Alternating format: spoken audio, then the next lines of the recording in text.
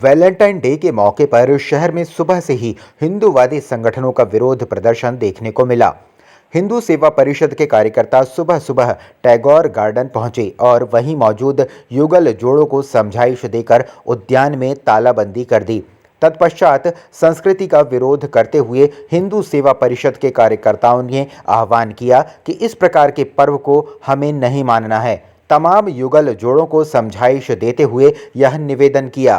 भारत माता की जय।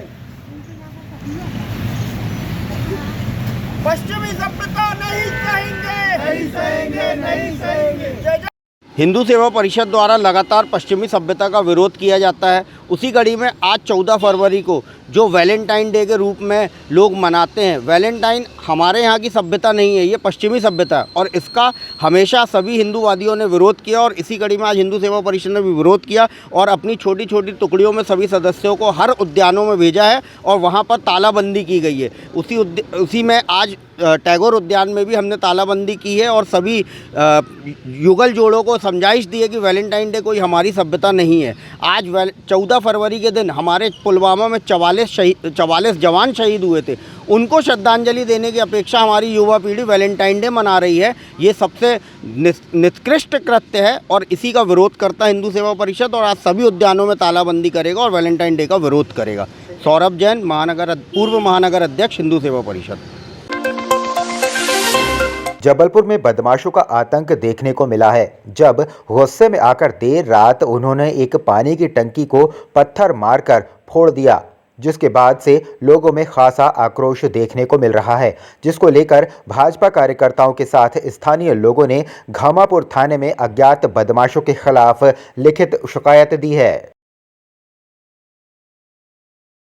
और इसकी सूचना आवेदन प्राप्त हुआ है तो टंकी इसने फोड़ी है, उसकी तत्काल सीसीटीवी फुटेज के माध्यम से तलाश किया जाएगा और जिसने भी टंकी फोड़ी होगी उसके विरुद्ध वैधानिक कार्रवाई की जाएगी। जबलपुर पनागर थाना क्षेत्र के रामबाग इलाके में नशे में धुत ट्रक चालक ने आज सुबह कोहराम मचाते हुए 2 गायों को कुचल दिया और फिर जाकर स्वास्थ्य केंद्र की बाउंड्री वॉल तोड़ ईंट के ढेर से टकरा गया। वहीं घटना के बाद पुलिस ने ट्रक को जब्त कर चालक को हिरासत में ले लिया है। जबलपुर की धनवंतरी नगर थाना पुलिस ने नागपुर रीवा हाईवे पर एक 80 लाख रुपए चेकिंग के दौरान, जब तक यह है, पुलिस ने पूरे मामले की सूचना इनकम टैक्स विभाग को दी है, जहां पुलिस को मुखबिर से सूचना मिली थी कि रीवा नागपुर हाईवे से एक सफेद रंग की इंडिका कार में कुछ लोग हवाला के रुपये लेकर जा रहे हैं। आज दिनांक को मुखबिर द्वारा सूचना मिली कि हाईवे रोड पर जो है एक गाड़ी गुजरने वाली है जिसका नंबर है MP20CC 3640 और जिसमें कुछ नकदी रकम जो है लेकर के जा रहे हैं। इस संबंध में जो है हमने उक्त गाड़ी को जो है मौके पर HP पेट्रोल पंप के सामने उसको रोके हैं।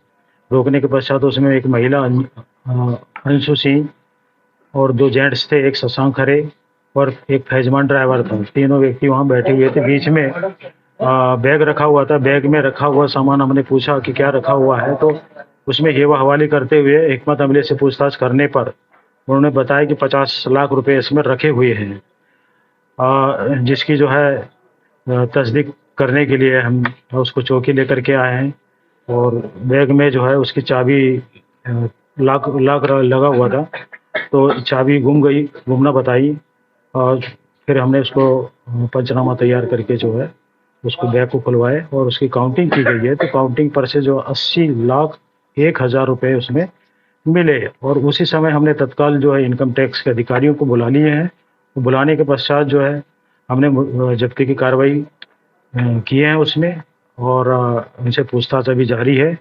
अभी इनकम टैक्स से संबंधित है या हवाले से संबंधित है, अभी पूछताछ हमारी जारी है।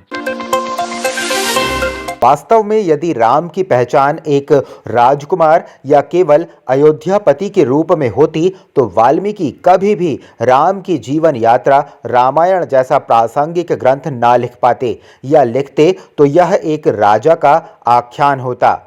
तुलसी ने मनुष्य के रूप में राम का चरित्र रामचरितमानस लिखा, क्योंकि राम की जीवन यात्रा आदर्श व्यक्ति के चरित्र का अभिलेख है।